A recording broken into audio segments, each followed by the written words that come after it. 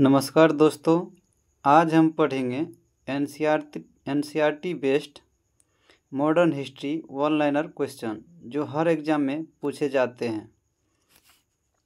चलिए तो देखते हैं। 1857 की क्रांति सर्वप्रथम कहाँ से प्रारंभ हुई थी? यानी 1857 की क्रांति जो है सर्वप्रथम कहाँ से प्रारंभ हुई थी? तो मेरठ से। कहाँ से प्रारंभ हुई थी? मेरठ से।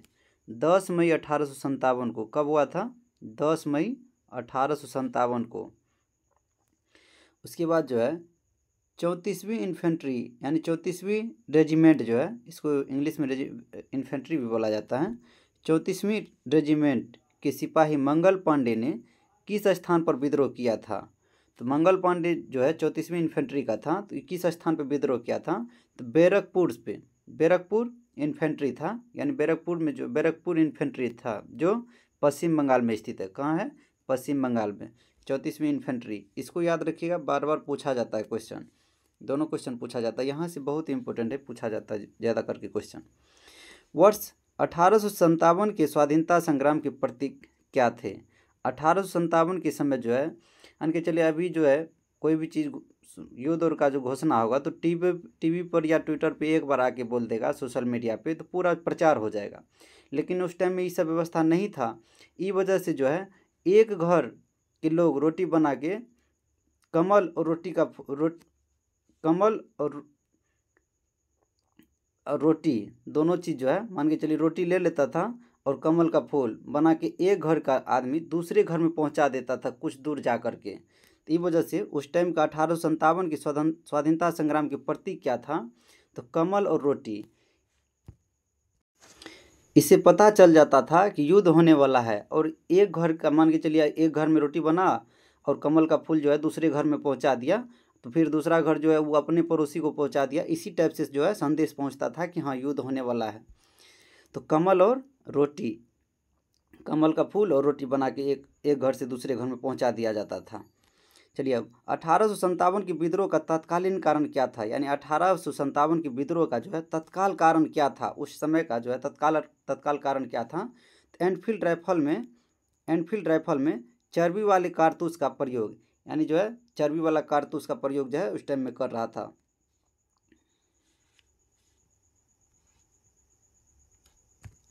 गोली जो भरता है ना, वही जो है उस टाइम में मुंह से खींचना पड़ता था लगाने के लिए, तो वही भड़का दिया था कि चर्बी वाला कारतूस है इसमें।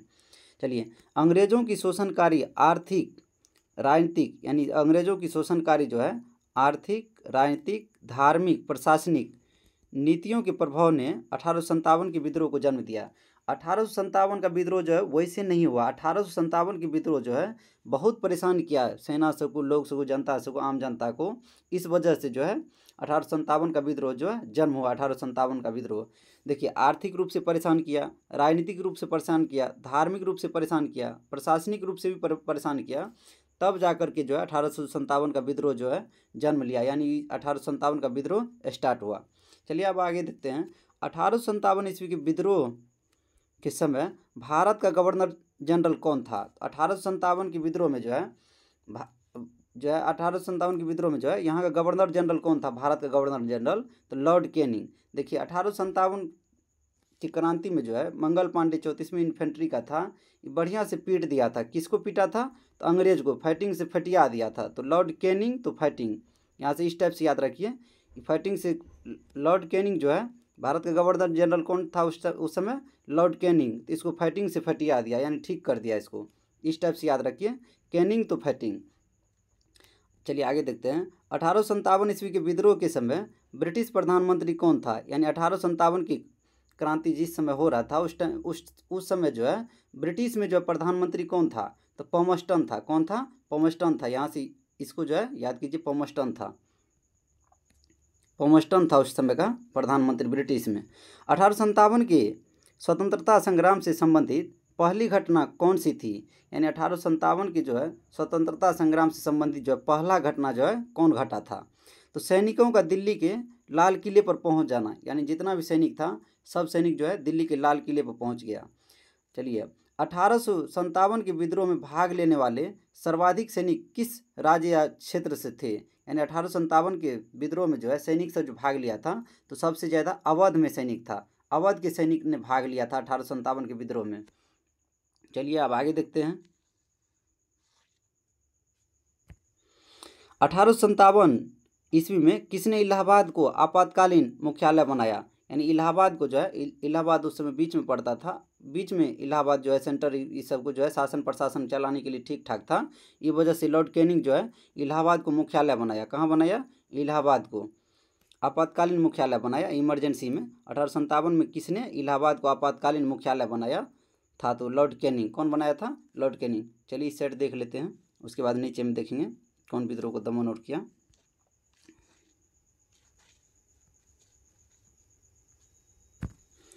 केंद्रीय संगठन की कमी, यानी केंद्रीय संगठन की कमी तथा सुनियोजित रणनीति के अभाव में 1857 का विद्रोह असफल रहा। मान के चलिए यहाँ पे जो 1857 का क्रांति जो है हम लोग हार गए। क्यों हार गए? तो उसका देखिए केंद्रीय संगठन की कमी, यानी केंद्र जैसे अभी केंद्र सरकार राज्य सरकार होता है तो उस टाइम में भी जो है केंद्र में कोई जो है संगठन अच्छा संगठन नहीं था। ये वजह से जो है 1857 का क्रांति जो है विफल रहा। सुनियोजित रणनीति के अभाव, यानी जो है कोई भी राजनीतिकार जो है एक जगह से कंट्रोल नहीं होता था। इस वजह से जो है सुनियोजित रणनीति के अभाव के कारण जो है 1857 का विद्रोह जो है भारत के लिए जो असफल रहा था। चलिए अब लखनऊ में 1857 ईस्वी क्रांति का नेतृत्व किस महिला ने किया था? लखनऊ में जो है 1857 की क्रांति का नेतृत्व किस महिला ने किया था? देखिए लखनऊ, लाख नौ, यानी लाख नौ लेकर के कौन आता है? मान के चलिए कोई कितनों भी कमा के आएगा तो किसके पास आएगा? तो बेगम हजरत महल के लिए, बेगम के लिए लेके आएगा। तो वही जो यहाँ पे हो जाएगा। लखनऊ में 1857 क्रांति का नेतृत्व कौन किया था? तो बेगम हजरत महल। कौन किया था? बेगम हजरत महल। लाख नौ लेके आता है, को प्रदेश से आता है तो किसके लिए आता है? तो बेगम के लिए आता है। इस टाइप से इसको याद रखिए। लखनऊ से जो है बेगम हजरत महल ने नेतृत्व किया था। चलिए 1857 ईस्वी के स्वाधीनता संघर्ष में प्रमुख भूमिका निभाने वाली रानी लक्ष्मीबाई का जन्म कहाँ हुआ था? रानी लक्ष्मीबाई जो है ये भी जो है स्वतंत्रता सेनानी थी। इसका जन्म जो है वाराणसी में हुआ था। कहाँ हुआ था? वाराणसी में हुआ था। अब चलिए रानी लक्ष्मीबाई को अंतिम युद्ध में किसने पराजित किया? यानी रानी लक्ष्मीबाई जो स्वतंत्रता सेनानी थी इसको जो है अंतिम रूप से कौन पराजित किया था? तो कैप्टन ह्यू रोज। कौन किया था? कैप्टन ह्यू रोज। असम में 1857 ईस्वी क्रांति का नेता कौन था? असम में जो है 1857 ईस्वी क्रांति का नेता कौन था? तो दीवान मनीराम दत्त। कौन था?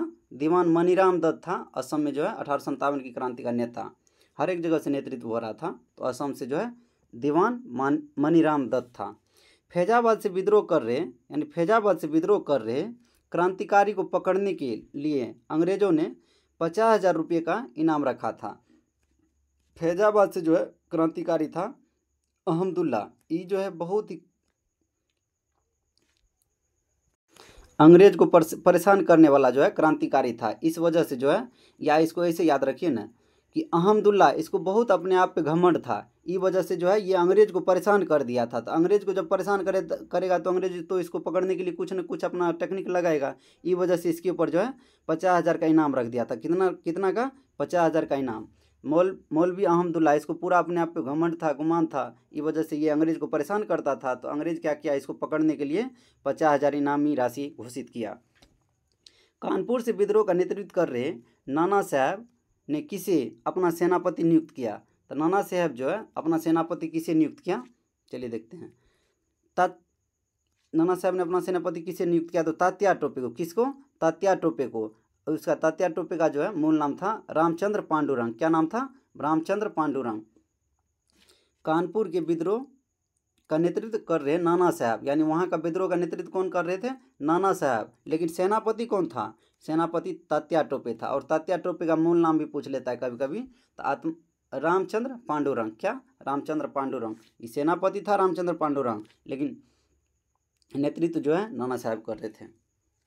चलिए 1857 के विद्रोह के दौरान मुगल बादशाह बहादुर शाह जफर ने किसे अपना सेनापति नियुक्त किया? यानी मुगल बादशाह बहादुर शाह जफर ने सेनापति किसे नियुक्त किया? सेनापति जो है ये भी मुगल बादशाह बहादुर शाह जफर जो है दिल्ली से नेतृत्व कर रहे थे। तो इसका ये जो है अपना जो है सेनापति जो है बख्त खां को रखा था। किसको? बख्त खां को।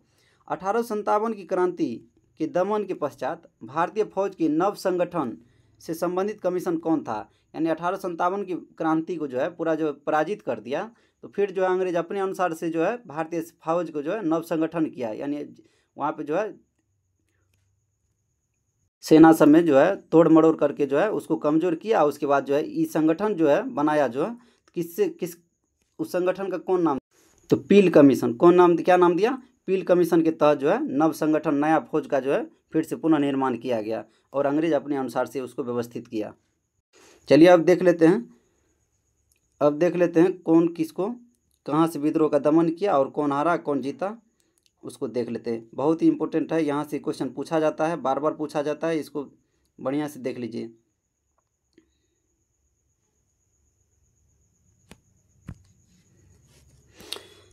(1857) ईस्वी के विद्रोह के प्रमुख केंद्र व प्रमुख विद्रोही नेता है। यानी 1857 के जो है विद्रोह में जो है प्रमुख केंद्र यानी कहाँ कौन कौन जगह से जो है नेतृत्व हुआ था और कौन कौन नेतृत्व किया था, विद्रोही नेता कौन कौन था। तो दिल्ली से देखिए, दिल्ली में कौन आदमी बैठता है, तो जो बहादुर रहता है वही, तो बहादुर शाह जफर कौन, या इसको बहादुर शाह द्वितीय भी कह सकते हैं। उसके बाद इसका सेनापति कौन था, बख्त खां। कौन था, बख्त खां सेनापति था। और विद्रोह तिथि थी 11 मई 1857। कब, 11 मई 1857। उसके बाद दमनकर्ता को बाद में देख लेंगे, उसके बाद एक ही बार में याद कर लेंगे इसको। पहले देख लीजिए कौन कौन किया था, विद्रोही नेता कौन कौन था। लखनऊ से लाखनऊ लेके आएगा, तो किसके लिए आएगा, तो बेगम के लिए आएगा। तो लखनऊ से बेगम हजरत महल, कौन, बेगम हजरत महल। लेकिन उस समय जो है महिला को जो है ज़्यादा वैल्यू नहीं दिया जाता था, तो क्या क्या अपना बेटा को जो है सिंहासन पर बैठा करके ये बैकअप से यानी पीछे से जो है शासन प्रशासन चला रही थी बेगम हजरत महल। चलिए अब झांसी या ग्वालियर से जो है रानी लक्ष्मीबाई, यानी झांसी की रानी बोलते हैं ना, तो झांसी की रानी जो है वही झांसी से जो है रानी लक्ष्मीबाई। और इसका जो है झांसी से जो है रानी लक्ष्मीबाई, और उसके बाद ग्वालियर से जो है तात्या टोपे था। कौन था, तात्या टोपे। और 4 जून 1857 ईस्वी को, 4 जून 1857 को कानपुर से नाना साहब, कौन, नाना साहब और तात्या टोपे जो है सेनापति था यहाँ का कानपुर का। उसके बाद 5 जून 1857। चलिए इलाहाबाद से कौन है, लियाकत अली। कौन, लियाकत अली, ये 6 जून 1857 ईस्वी को। फैजाबाद से मान के चलिए, फैजाबाद से अहमदुल्ला इसके ऊपर जो 50,000 इनामी राशि रखा गया था, इस वजह से जो है फैजाबाद से इसका फेज थोड़ा डिस्टर्ब था, तो इसको अहम हो गया, तो ये अंग्रेज को परेशान कर रहा था, तो इस वजह से जो अंग्रेज जो है इसके ऊपर 50,000 का इनामी रखा था इसको पकड़ने के लिए। ये जून 1857 ईस्वी को जो है विद्रोह इसका हुआ था यहाँ से। उसके बाद जगदीशपुर तो जानबे करते बिहार में है, तो कुंवर सिंह और अमर सिंह जो है दोनों भाई था। बरेली से खान बहादुर खां, कौन, खान बहादुर खां। उसके बाद फतेहपुर से अजीमुल्ला, कौन, अजीमुल्ला। तो बरेली से जो है सबसे पहले जगदीशपुर से जो है अमर सिंह और कुंवर सिंह जो दोनों भाई थे, तो 12 जून 1857 ईस्वी को यहाँ से विद्रोह हुआ था। उसके बाद बरेली से खान बहादुर खां जून 1857 को। उसके बाद फतेहपुर से 1857 ईस्वी में। चलिए अब देख लेते हैं इसका दमनकर्ता कौन कौन था। दमनकर्ता को भी ट्रिक के माध्यम से या बताएंगे, आपको याद करवाएंगे। दिल्ली से देखिए बहादुर शाह जफर और बख्त खां दोनों था। तो यहाँ से दमनकर्ता कौन था, हडसन और निकलसन। तो निकलसन बाद में मर गया था, निकलसन निकल गया था, लेकिन बचा कौन था, हडसन। दमनकर्ता में दोनों आएगा, लेकिन निकलसन जो है लास्ट में जो है मर जाता है, हडसन बचता है। उसके बाद लखनऊ से लाखनऊ लेकर के आएगा, किसके लिए, बेगम के लिए। तो बेगम हजरत महल किसके ब्रिजेश कादिर। तो ब्रिजेश कादिर जो है बेगम हजरत महल के संरक्षण में ही शासन प्रशासन चला रहा था। तो यहाँ से जो है कैंपवेल, कौन, कैंपवेल। उसके बाद आगे देखिए झांसी और ग्वालियर से, यहाँ से देखिए झांसी जो है इसको जो है झांसी से दमन करता था हीरोज। यही कहा था रानी लक्ष्मीबाई को कि भारतीय क्रांतिकारी में एक अकेली मर्द है, इसको झांसी की रानी को बोला गया था। चलिए अब उसके बाद कानपुर में भी कैंप लगा कि कैंपवेल पर इसको दमन किया था। उसके बाद इलाहाबाद से लियाकत अली था, यहाँ से जो है कर्नल नील, कौन, कर्नल नील। उसके बाद फैजाबाद से भी कर्नल नील था। उसके बाद कुंवर सिंह और अमर सिंह जो है जगदीशपुर से था। तो विलियम टेलर और विंसेंट आयर, देखिए विलियम टेलर और विंसेंट आयर, बिहार के लोग जो है ना, कहाँ यहाँ पे जगदीशपुर बिहार में है। बिहार के लोग जो है ना ज़्यादातर जो है आयर से याद रख लीजिए ना कि आयरन आयरन करता है, टेलर में भर भर के कपड़ा आता है और उसके बाद यहाँ पे आयरन करता है। तो विलियम टेलर और विंसेंट आयर इसको दमन किया था। उसके बाद बरेली से विंसेंट आयर, कौन? विंसेंट आयर।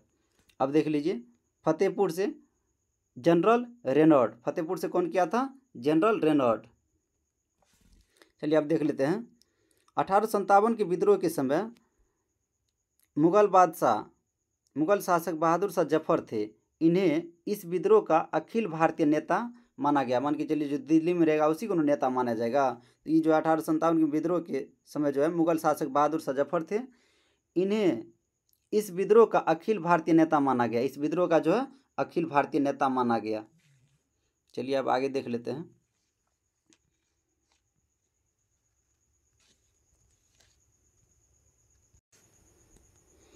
वर्ष 1857, अब देख लीजिए वर्ष 1857 के विद्रोह के दमन के पश्चात भारत शासन अधिनियम 1858 पारित किया गया। यानी जैसे ही विद्रोह को दमन किया 1857 में, 1858 में भारत शासन अधिनियम पारित किया गया अंग्रेज अपना तरफ से। इसके माध्यम से भारत का शासन ईस्ट इंडिया कंपनी के हाथों से निकलकर ब्रिटिश क्राउन के हाथों में चला गया। यानी ईस्ट इंडिया पहले शासन कर रहा था तो उसके हाथ से निकल करके ब्रिटिश क्राउन के हाथ में चला गया। उसके बाद आगे देखिए,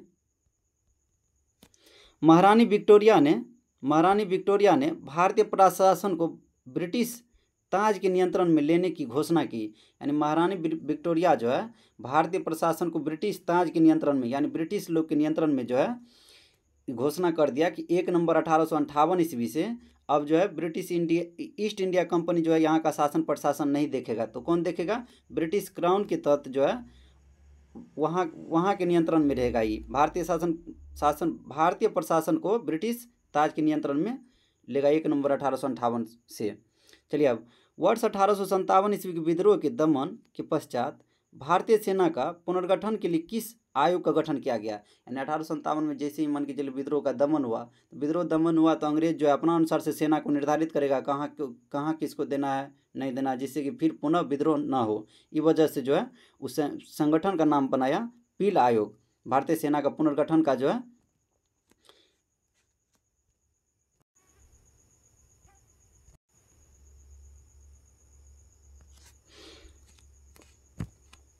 वर्ष 1857 ईस्वी के विद्रोह के दमन के पश्चात भारत शासन अधिनियम 1858 पारित किया गया।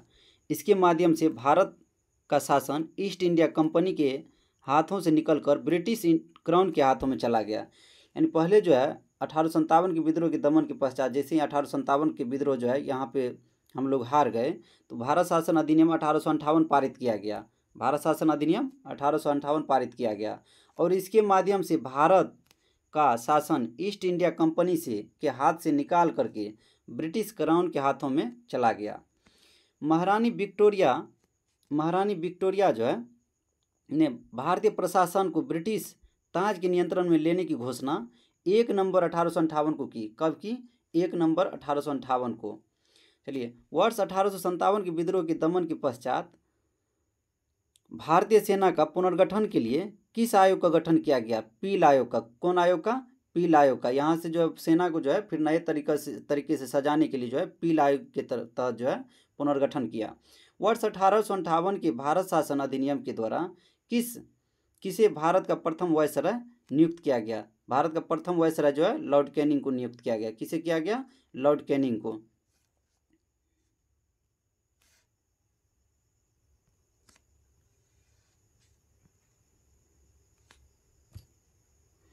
चलिए अब 1857 ईस्वी के विद्रोह में कौन सा शायर अंग्रेजों का आलोचक था? तो मिर्जा गालिब जो किसके संरक्षण में रहता था, किसके दरबार में रहता था?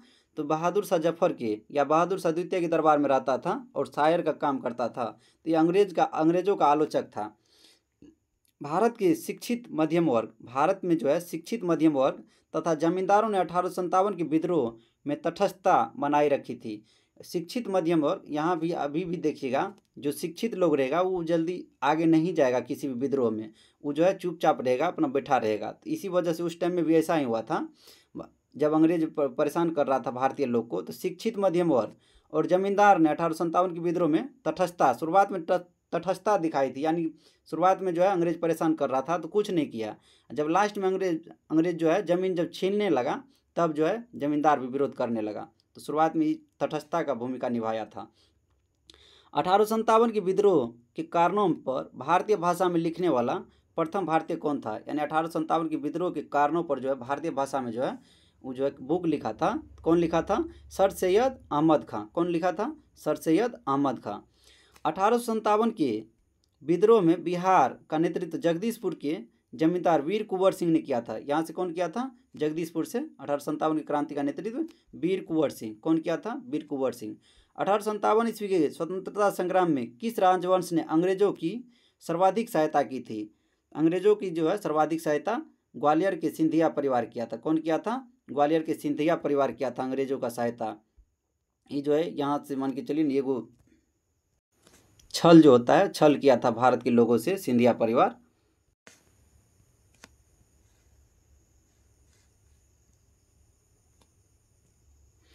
अठारह पर आधारित प्रमुख पुस्तकें, यानी 1857 पर जो आधारित जो है पुस्तक कौन कौन है उसको जो है देखिए कौन कौन है। The great rebellion, the great rebellion को कौन लिखा था? अशोक मेहता ने। कौन लिखा था? अशोक मेहता ने। फर्स्ट वार ऑफ इंडिपेंडेंस, यानी फर्स्ट वार ऑफ इंडिपेंडेंस कौन लिखा था? तो बी डी सावरकर। कौन लिखा था? B D Savarkar, Vinayak Damodar Savarkar. 1857 यानी 1857, क्या है? 1857। ये 1857 कौन लिखा था? लेखक कौन था? तो एस एन सेन। कौन था? S N Sen. सिपाही mutiny and the revolt of 1857, R C Majumdar. कौन लिखा था? आर सी मजूमदार इसका लेखक था। चलिए अब history of Indian mutiny, history of Indian mutiny, T R Holmes. कौन लिखा था? टी आर होम्स ने। रिबेलियन 1857 यानी रिबेलियन 1857 कौन लिखा था? P C Joshi. कौन? P C Joshi.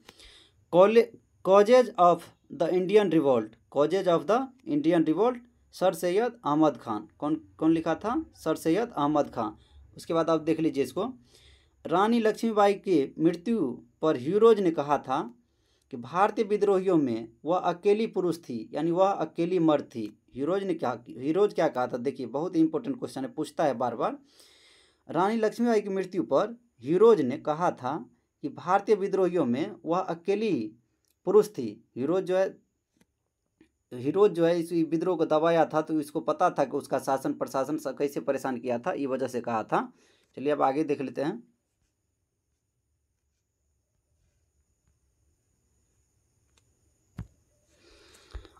किसने 1857 के विद्रोह को स्वतंत्रता की पहली लड़ाई कहा था? यानी कौन कहा था? तो B D Savarkar. B D Savarkar जो है 1857 के विद्रोह को स्वतंत्रता की पहली लड़ाई कहा था। 1857 के विद्रोह को एक षड्यंत्र की संज्ञा किसने दी थी? षड्यंत्र की संज्ञा जो है किसने दी थी? तो सर जेम्स ऑट्रम एवं डब्ल्यू टेलर ने। ऑट्रम एवं डब्ल्यू टेलर ने। देखिएगा कोई विद्रोह से अगर बाहर रहेगा तो कहेगा कि हाँ षड्यंत्र कोनो न कोनो, मान के चलिए कहीं ग्रुप बना हुआ है और ग्रुप में नहीं रहेगा तो कहेगा कि यहाँ पे जो है षड्यंत्र रच रहा है। तो ऑट्रम ये ग्रुप से आउट था, तो ये जो है 1857 के विद्रोह को एक षड्यंत्र की संज्ञा दी, इसको आउट रखा गया था, इस वजह से इस षड्यंत्र की संज्ञा दिया था, याद करने के लिए। तथाकथित प्रथम राष्ट्रीय स्वतंत्रता संग्राम ने, तथाकथित यहाँ पे देख लीजिए, प्रथम राष्ट्रीय स्वतंत्रता संग्राम न तो प्रथम, न ही राष्ट्रीय और न ही स्वतंत्रता संग्राम था, यह कथन किसका है? इसमें कहा गया कि प्रथम राष्ट्रीय स्वतंत्रता संग्राम न तो प्रथम, न ही राष्ट्रीय और न ही स्वतंत्रता संग्राम था, यह कथन किसका है? तो आर सी मजूमदार का है। किसका है? आर सी मजूमदार का। उसके बाद भारतीय स्वाधीनता आंदोलन का सरकारी इतिहासकार कौन था? S N Sen. भारतीय स्वाधीनता आंदोलन का सरकारी इतिहासकार कौन था? एस एन सेन था। कौन था? S N Sen. इसको याद कर लीजिएगा, बहुत इंपॉर्टेंट है। वैसे ही पूरा टॉपिक ही इंपॉर्टेंट है, बार बार क्वेश्चन पूछा जाता है।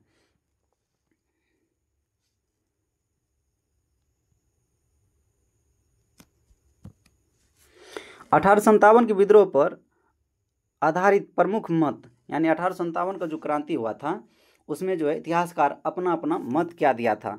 देखिए डॉक्टर एस.एन. सेन साहब क्या बोले थे, इतिहासकार था ये, जो कुछ धर्म की लड़ाई के रूप में प्रारंभ हुआ वह स्वतंत्रता संग्राम के रूप में समाप्त हुआ। यानी इसमें कहा गया, इसका मत क्या था कि शुरुआत में जो है ये जो धर्म लेकर के लड़ाई हुआ, कुछ धर्म के लिए लड़ाई के रूप में प्रारंभ हुआ, वह स्वतंत्रता संग्राम के रूप में समाप्त हुआ। यानी शुरुआत में धर्म के विरुद्ध मान के चलिए एनफील्ड राइफल था, उसके विरुद्ध लड़ाई हुआ, लेकिन लास्ट में जो है स्वतंत्रता संग्राम का रूप लेकर के समाप्त हो गया। अशोक मेहता क्या क्या कहे, इसका मत क्या था। 1857 ईस्वी के विद्रोह का स्वरूप राष्ट्रीय था। यानी अशोक मेहता जो है ये कहा था 1857 के विद्रोह का जो है स्वरूप राष्ट्रीय था। बी.डी. सावरकर क्या बोले थे, इस इतिहासकार थे, क्या बोल रहे थे, इसका मत क्या था। 1857 ईस्वी का विद्रोह एक सुनियोजित राष्ट्रीय स्वतंत्रता संग्राम था। यानी 1857 का विद्रोह जो है एक सुनियोजित राष्ट्रीय स्वतंत्रता संग्राम था, इसका मत था। उसके बाद बी.डी. Doctor RC. मजूमदार, इसका क्या मत था उसको देख लेते हैं।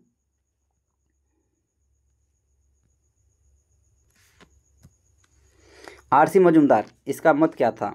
तथाकथित प्रथम राष्ट्रीय संग्राम न तो प्रथम, न ही राष्ट्रीय और न ही स्वतंत्रता संग्राम था। इसका भी कहना था प्रथम राष्ट्रीय संग्राम न तो प्रथम, न ही राष्ट्रीय और न ही स्वतंत्रता संग्राम था। सर जॉन लॉरेंस, यह पूर्णतः सिपाही विद्रोह था। सर जॉन लॉरेंस का क्या कहना था, यह पूर्णतः सिपाही विद्रोह था। बेंजामिन डिज़रायली का मत क्या था। 1857 ईस्वी का विद्रोह एक राष्ट्र विद्रोह था। क्या था, 1857 ईस्वी का विद्रोह एक राष्ट्र विद्रोह था। देखिए डीजे आई तो किसके लिए, राष्ट्र विद्रोह था। मान के चलिए राष्ट्र कोई भी फंक्शन चल रहा है तो वहाँ पे डीजे लेकर के आया, डीजे तो डिज़रायली, राष्ट्र विद्रोह था तो डिज़रायली, बेंजामिन डिज़रायली। उसके बाद पी रॉबर्टसन, इतिहासकार था, इसका क्या मत था। 1857 ईस्वी का विद्रोह केवल एक सैनिक विद्रोह था। 1857 ईस्वी का विद्रोह, इसका मत था 1857 ईस्वी का विद्रोह एक सैनिक विद्रोह था, जिसका तात्कालिक कारण चर्बी युक्त कारतूस था। सही बात है कि 1857 का विद्रोह जो है एक सैनिक विद्रोह था, अगर सब साथ देता तो ये सब सफल होता और यहाँ पे जो है ब्रिटिश अंग्रेज शासन नहीं करता। यह केवल एक सैनिक विद्रोह था जिसका तात्कालिक कारण चर्बी युक्त कारतूस था। उसके बाद अब देखिए टी.आर. होम्स, यह सभ्यता एवं बर्बरता का संघर्ष था। टी.आर. होम्स जो है इसका मत था, यह सभ्यता और बर्बरता का संघर्ष था। देखिए टी.आर. होम्स मतलब मान लीजिए घर है, तो घर में लोग जो है ना बर्बर बोलते रहता है, तो सभ्यता खराब करता है और यानी बर्बर बोल करके अपना सभ्यता खराब कर लेता है, तो सभ्यता एवं बर्बरता का संघर्ष था। चलिए अब आगे देखते हैं।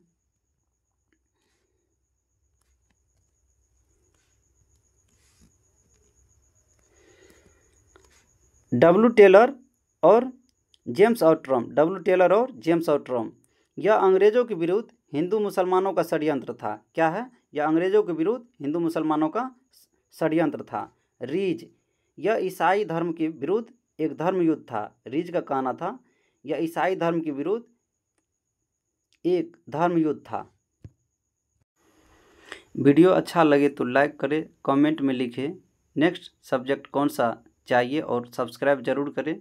और हाँ, इसके साथ एक और बात, आप लोग को एक क्वेश्चन पूछ रहे हैं, उसका जवाब आप लोग कमेंट में दीजिएगा। किस क्रांतिकारी के ऊपर अंग्रेज़ों के द्वारा 50,000 का इनामी राशि पकड़ने के लिए घोषित किया गया था। कमेंट में आप लोग इसका जवाब दें। थैंक यू, धन्यवाद।